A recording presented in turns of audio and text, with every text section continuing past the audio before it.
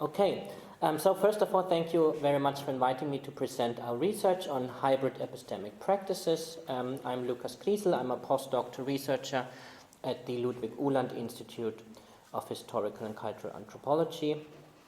I have recently finished my PhD in sociology at the University of Essex and work as a postdoc here in Tübingen since February. In this project, I work with our principal investigator, Professor Christoph Barreiter, and co-investigator, Dr. Libusche Webrek. Professor Barreiter joins us live via Zoom, I hope, or he's here. So he will also join the discussion afterwards. Here we go. So generative artificial intelligence is rapidly transforming many areas of everyday life. One of the areas severely affected is academic research and teaching. Not only can students now easily produce academic texts, numerical calculations, or code with a few simple prompts, senior researchers are also starting to apply generative AI in their epistemic practices. This introduces unprecedented uncertainties into academic life. Previous AI systems have mostly affected disciplines such as computer science, the nature sciences, or the quantitative areas of the social sciences. But generative AI is very different in that it has abruptly and radically affected the qualitative social sciences and humanities, with implications not only for concrete epistemic practices, but also for the academic work and life on a much broader level. The speed of technological development in recent months suggests that the current rise of generative AI is only at the beginning. Many students, lecturers, and researchers in the qualitative social sciences and humanities are already implementing generative AI in their everyday epistemic practices. A recent survey at German universities concluded that 63% of students use generative AI for their studies, and roughly 25% among them do so often or very often. Our own survey research, which I will present to you shortly, finds that those numbers also resonate with the University of Tübingen. Our goal with this project is to provide a solid knowledge foundation for the qualitative social sciences and humanities by employing ethnographic and mixed method approaches to explore how students and staff within the qualitative social sciences and humanities are implementing generative AI into their everyday epistemic practices. This project has started around 2 months ago, so unfortunately I will not be able to share ethnographic data with you today. Our project is mainly ethnographic and will include participant observation and qualitative interviews, but we haven't done this work yet. So what I want to do instead is to firstly briefly introduce you to the theoretical and conceptual framework that we are using to explore this field. Secondly, to give you an overview over the statistical research of a survey that we already conducted. And thirdly, to reflect upon how some of the open-ended questions and answers of the survey can exemplify the analytical value of our theoretical approach to study hybrid epistemic practices. At the heart of our project are what we call hybrid epistemic practices. In short, these are practices of knowledge-related exploration, thinking, reflection, and analysis that emerge from the collaboration between human actors and AI systems. A central question for our work is how to think about the notion of hybridity in these practices. How can we better understand how humans and AI become entangled in the social sciences and humanities? Our answer, in short, is to apply what is now commonly called assemblage thinking. Researchers have applied assemblage thinking to a variety of fields in the social and cultural sciences. The original concept of assemblages, or assemblage, was proposed by Gilles Deleuze and Félix Guattari and developed by a number of authors, including Jane Bennett, Ian Buchanan, Manuel Delander, Thomas Nail, and so forth. I will first describe roughly what assemblage thinking is, then outline how we think of the qualitative and qualitative social sciences and humanities as an interconnected set of academic assemblages being transformed by generative AI, before explaining how this helps us to conceptualize hybrid epistemic practices. The term assemblage refers to wholes whose properties emerge from the interaction between parts.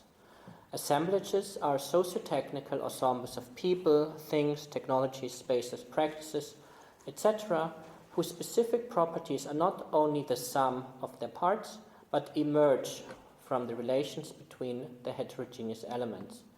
Assemblages are in a continuous movement that is determined by a particular dynamic.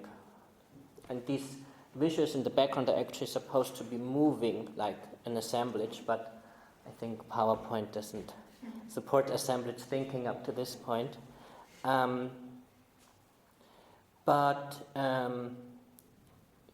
Yeah, so this idea is of kind of visualizing this ever-moving and ever-changing characteristic of assemblages. Assemblage thinking has often been used to think about and study organizational structures, communities, or institutions. For example, a city, a museum, or a university can be seen as an assemblage that brings together a broad variety of human and more than human elements. In our own work, we use this approach to understand the qualitative social sciences and humanities at the University of Tübingen as a set of interconnected academic assemblages.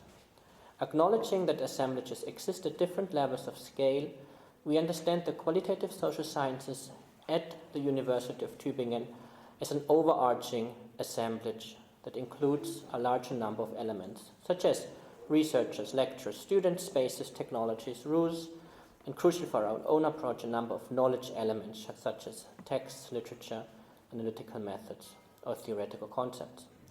These elements also form further smaller assemblages, such as individual institutes, research groups, or seminars. What is especially essential for academic assemblages is that they are usually organized around shared epistemic practices.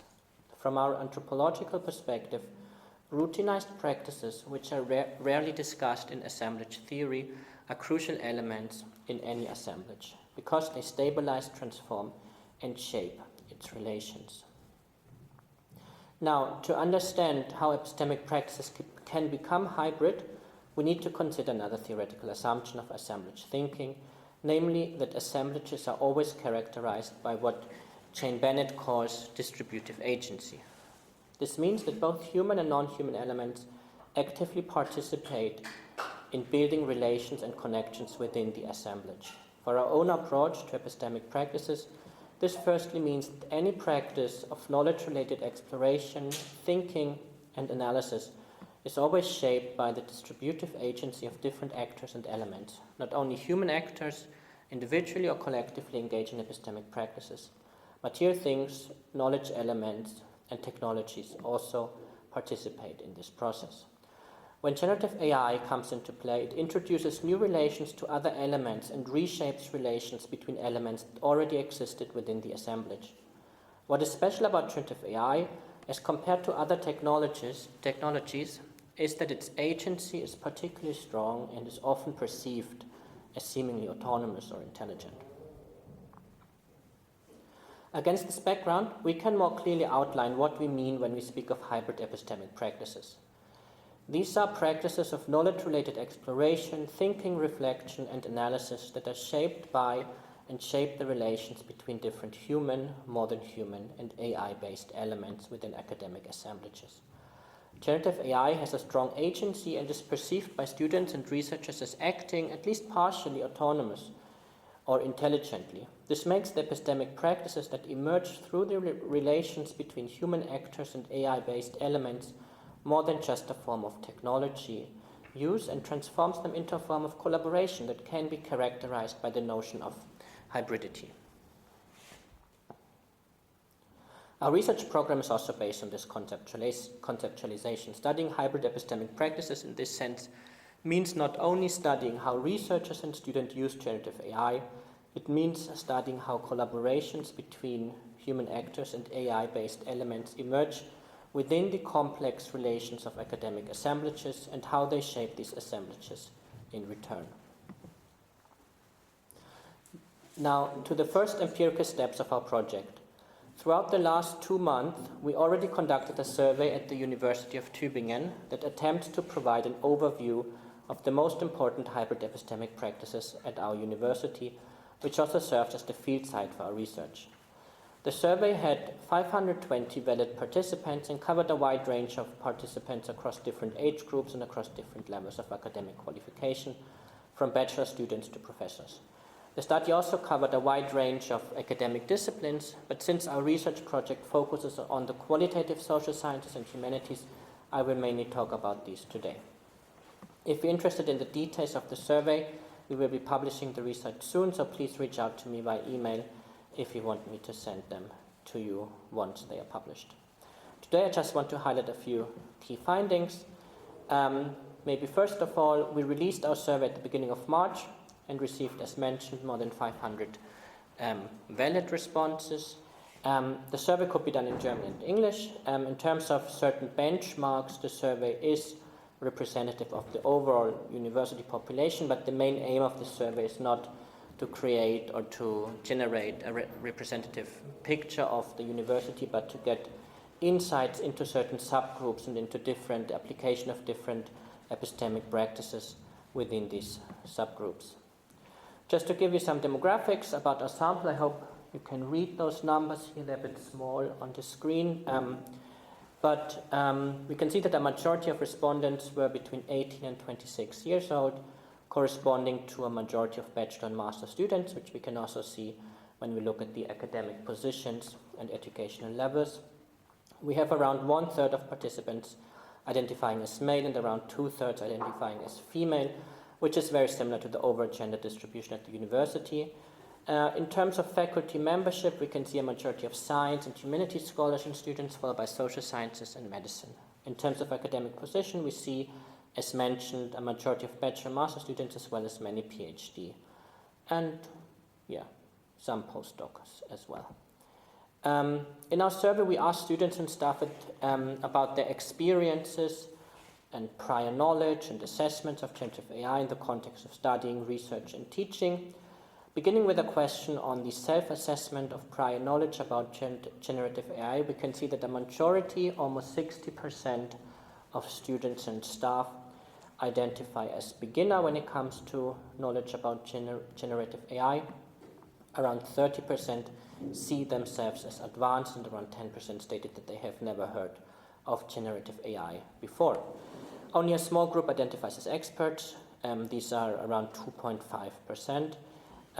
While this doesn't sound very surprising, looking into how this relates to age groups reveals some interesting observations.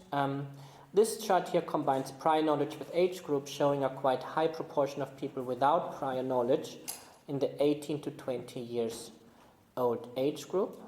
So compared to their 21 to 23-year-old peers, twice as much from this group said they've never heard of generative AI before this survey. The highest proportion of people without prior knowledge of generative AI are the 61 to 65 years olds, but since we didn't have so many respondents from this age group, the reliability of this number is a bit limited. In terms of usage patterns, about half of the respondents use generative AI on a regular basis, defined as at least once a week. In addition to previous surveys conducted at other universities in Germany, this underscores our assumption that hybrid epistemic practices are already very much part of the daily lives of many students and researchers. When running the same analysis, this one is now for social science and humanities, but when running the same analysis for the nature sciences, mathematics, medicine, and computer science, we receive a very similar distribution. We can also relate use patterns with age groups, which shows that the highest usage of generative AI is among 30 to 32 years olds, and not only on the side of bachelor students, who only report a bit more than 20% of regular use. The line here that you can see, this line here, combines the points for weekly use to show how regular use is distributed among different age groups. When we look at this line from the 18 to the 32 years olds, we can see that regular use seems to steadily increase. And then it goes down, then goes up a bit. But we can see like a very, very clear increase from the 18 to 32 years old age groups. When comparing trust levels in AI-generated content between the nature sciences and humanities, like nature sciences, medicine, computer science, versus the social sciences and humanities, the results are, now I'm back, are quite consistent.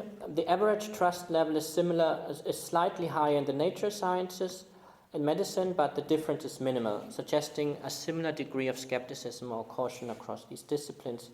What is interesting is that the proportions of respondents expressing very high trust, which is ratings of 6 or 7, in generative AI is lower in these fields compared to the overall student and staff population, indicating that while there might be a slightly greater inclination towards trust within the nature science and medicine, extreme confidence in the technology is less common.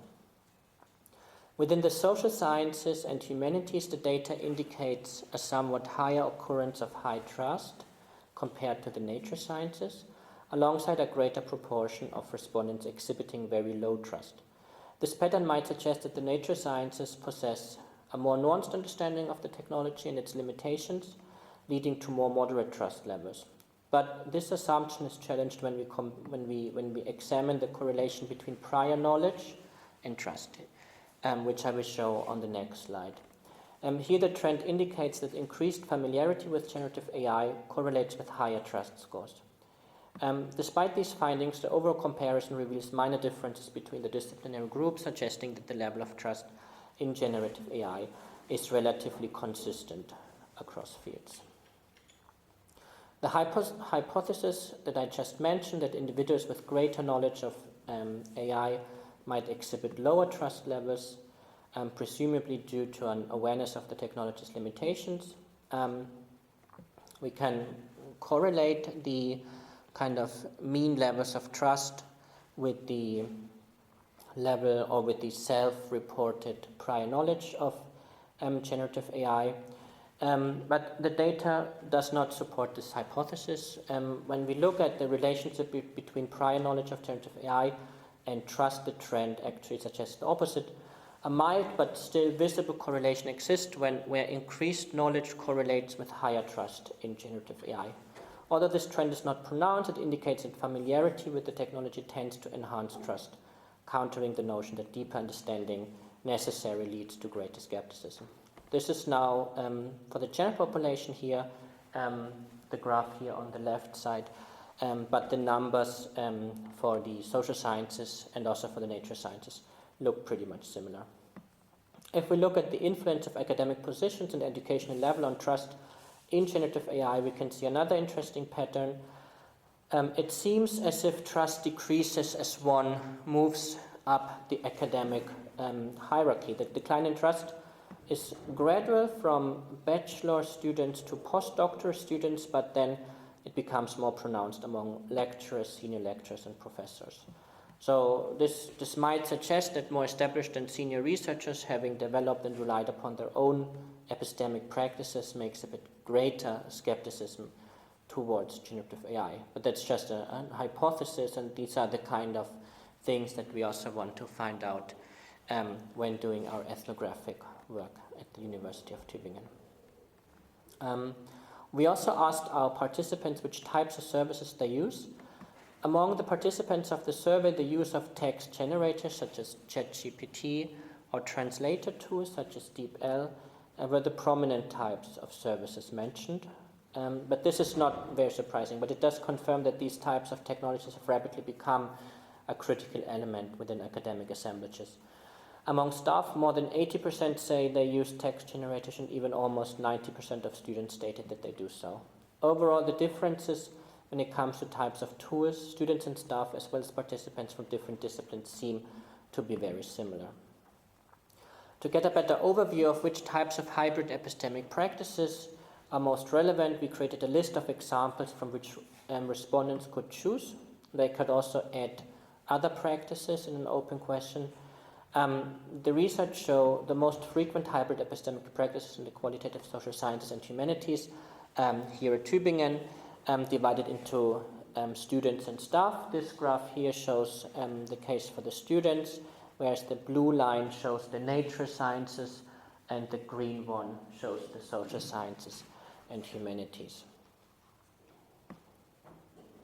Among students from the social sciences and humanities, we can see that having concepts, theories, or terms explained is mentioned as the most used task, followed by translating own text as well as literature, improving grammar and style, as well as developing structural proposals for papers or theses. When looking at how members of staff use generative AI, and members of staff means from the PhD level up to the to professors. So for students, this is bachelor students studying on a state exam, and master students. When looking at how members of staff use generative AI, we can see similarities, but also some differences. Members of staff in the social sciences and humanities mainly use generative AI to translate own text and to improve style and grammar. While the task of having concepts, terms, and theories explained was mentioned most often among students, it's still high for staff, but much less prevalent. The focus here seems to lie on transforming existing text and not in producing new text from scratch. From all the tasks for which students and staff use generative AI, we distinguish several types of hybrid epistemic practices, understood as bundles of practices. For clarity, we have grouped the different practices into 8 categories. The first is the category exploring knowledge and working with academic literature. This category includes practices such as having concepts, terms, theories explained by generative AI, summarizing literature or theories, conducting literature searches, searching for general information, on translating literature to read. These practices are frequently used by our survey respondents. Almost 70% of our respondents mentioned at least one of those tasks. So this is the first bar here on this chart.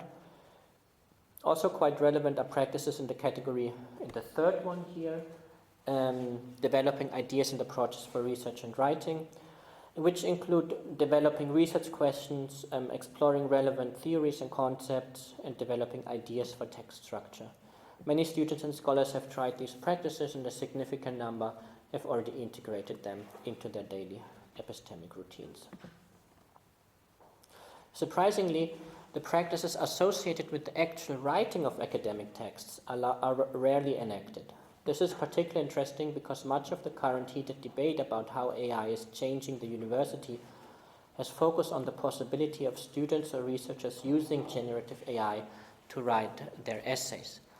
It's quite possible that our respondents, especially the students, did not feel they could openly share the use of such practices in our survey, but if we only draw on their responses, it seems that only around 15% of bachelor and master students reported that they use generative AI to write text.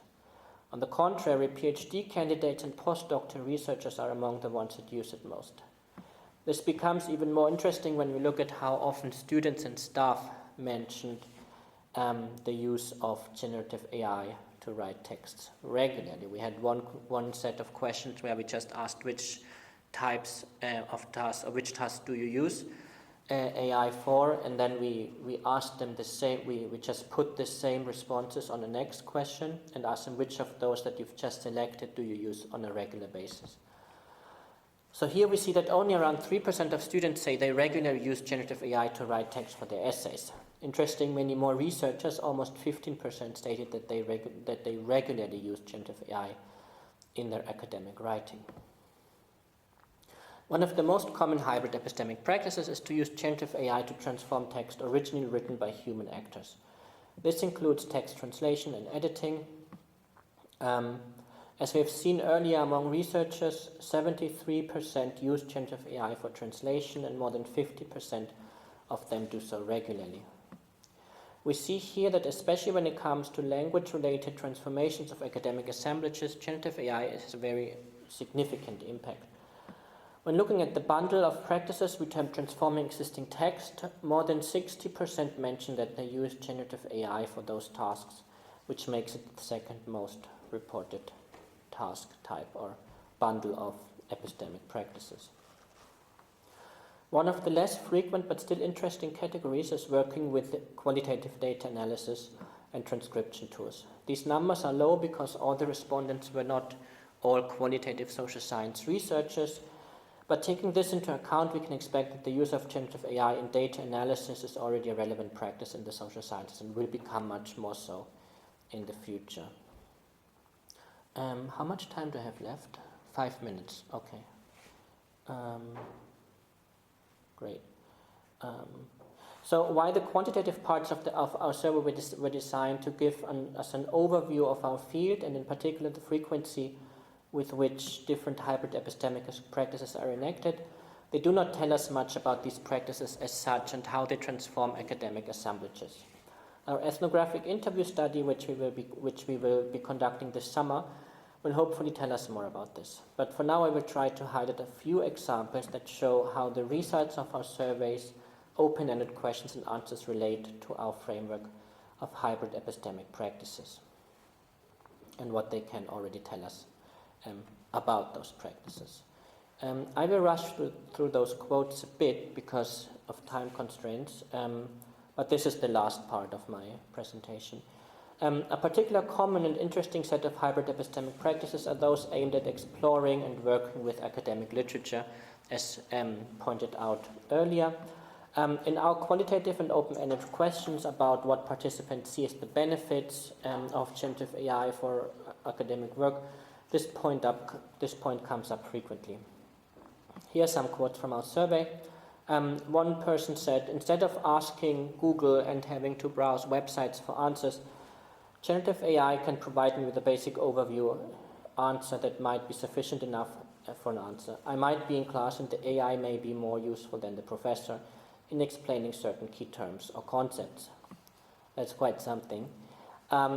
Second, using ChatGPT, for example, can bring up ideas and links to my topic that I would not have seen otherwise. Another quote says, I see the biggest advantage for me in the translation of research literature. In the past, potentially highly interesting research articles were always inaccessible to me because they were written in a language I didn't speak. Or another person said, it's easier for me to find associated theories in literature as long as it's not an AI hallucination for my ideas. So from the perspective of assemblage thinking, these quotes describe how AI is transforming the way human actors explore and build relations with a variety of knowledge elements within their academic assemblages.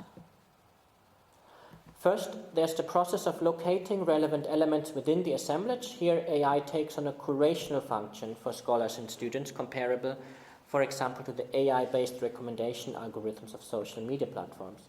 Generative AI's experience is having the ability to identify relevant and interesting elements such as text, concepts, etc. that are perceived to enrich one's own academic work. It's often mentioned that AI makes this process faster and easier, suggesting that generative AI is not so much replacing human work as enhancing its perceived efficiency. From a broader perspective, this curational function of generative AI in academic assemblages is situated in the context of the growing body of scholarly work that researchers must take into account. With the shift to open access, increasing amounts of potentially relevant research literature are available within our academic assemblages, and researchers and students are working under increased time pressures in gaining overviews of their fields. Our survey responses already indicate that generative AI is perceived as a way to help researchers and students to deal with and curate this abundance of text.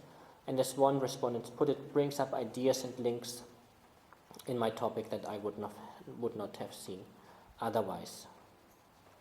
Second, generative AI is perceived as strengthening the links to certain knowledge elements by promoting a better understanding of, for example, theoretical texts and concepts.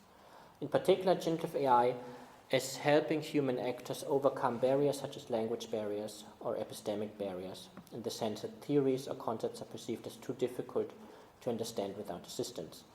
By some, generative AI seems to be evaluated as more capable in explaining theoretical concepts than other humans within the assemblage. As one respondent writes, the AI may be more useful than the professor.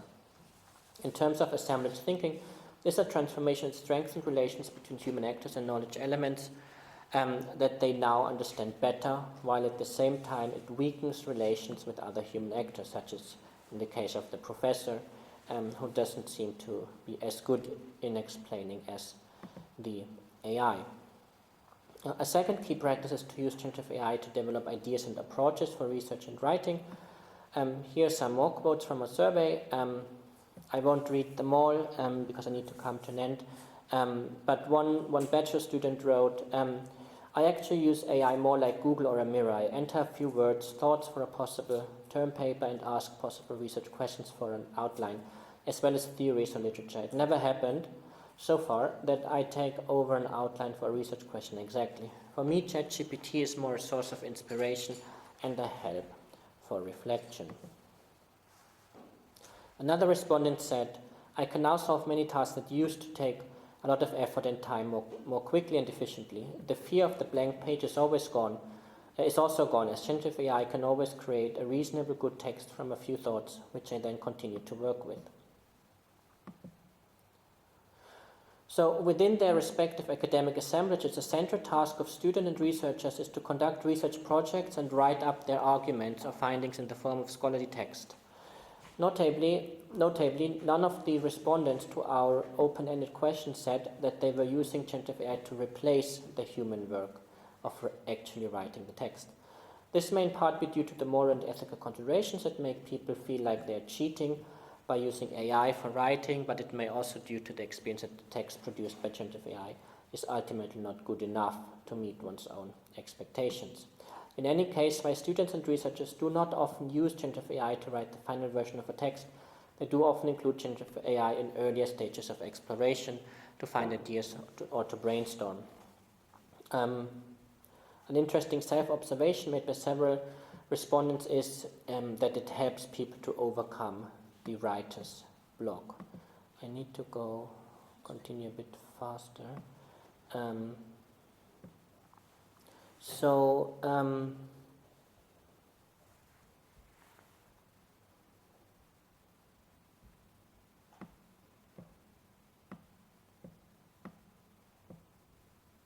we go.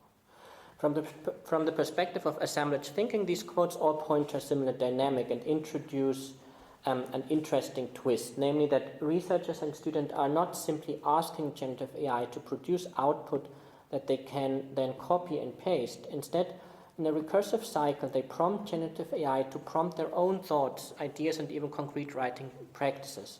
What we see here can be described as what our colleague Libouche-Webre calls introversions. Introversions are the process of forward movement and shifts within the relations between humans and technologies. In the case of using AI for inspiration or to help oneself start in the writing process, we witness an interesting case of such introversions in hybrid epistemic practices. Human actors, aware of their own limitations, prompt AI to prompt them back, so that they can produce new and, in their own understanding, better ideas, thoughts, or text. The previous examples have shown how human actors collaborate with AI to enact hybrid epistemic practices. In our project, however, studying hybrid epistemic practices also means to account for the broader implications and how the emergence of generative AI is shaping academic assemblages. While our survey is not sufficient to show these transformations in detail, we can already see some interesting indications. For example, many respondents emphasize that generative AI produces unreliable output, including false information and what is commonly referred to as hallucinations. While these are well-known facts about generative AI, the open-ended questions in our survey point to some more far-reaching effects of this factor. Consider the following quotes. I have already experienced that ChatGPT has given me false information or made false sources of literature suggestions that do not exist. This can be a problem if you don't check it properly and trust the AI. The AI also tempts you, verführt you to use it more often. Also, it should rather be used as an aid because it cannot replace a proper scientific paper. I'll just go over this. Students hand in written work with synthetic text and hardly deal with the content anymore. Few teachers even recognize this statement by a philosophy PhD student.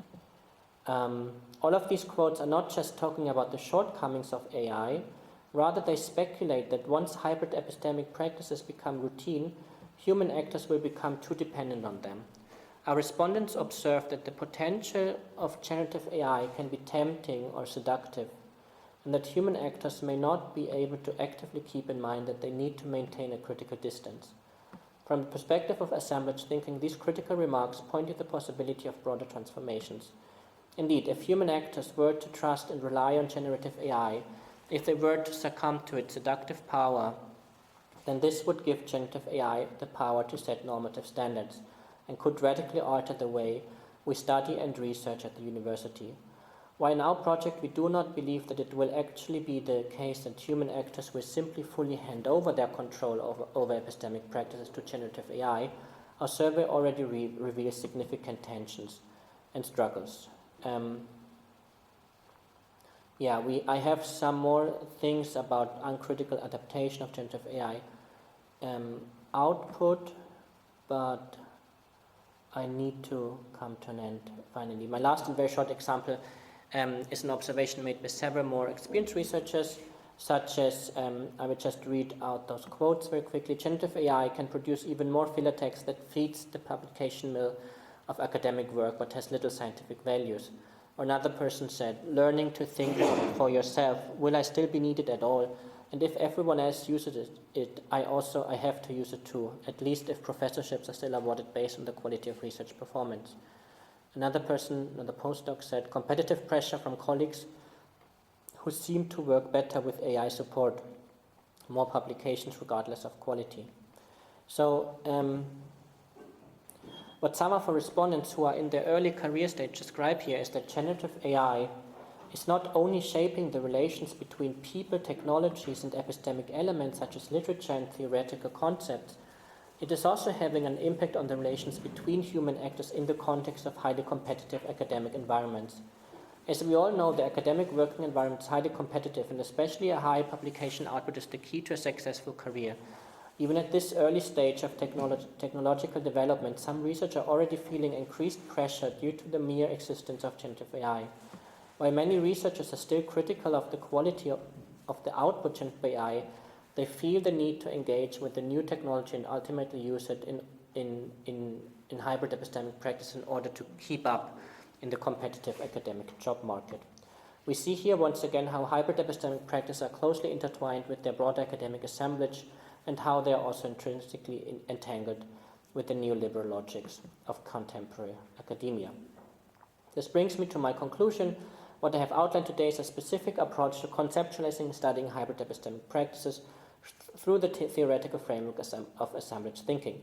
Since our research project began only 2 months ago, we only have very limited empirical findings, but the few examples I have given have hopefully already demonstrated the kind of thinking and analysis that makes this approach possible.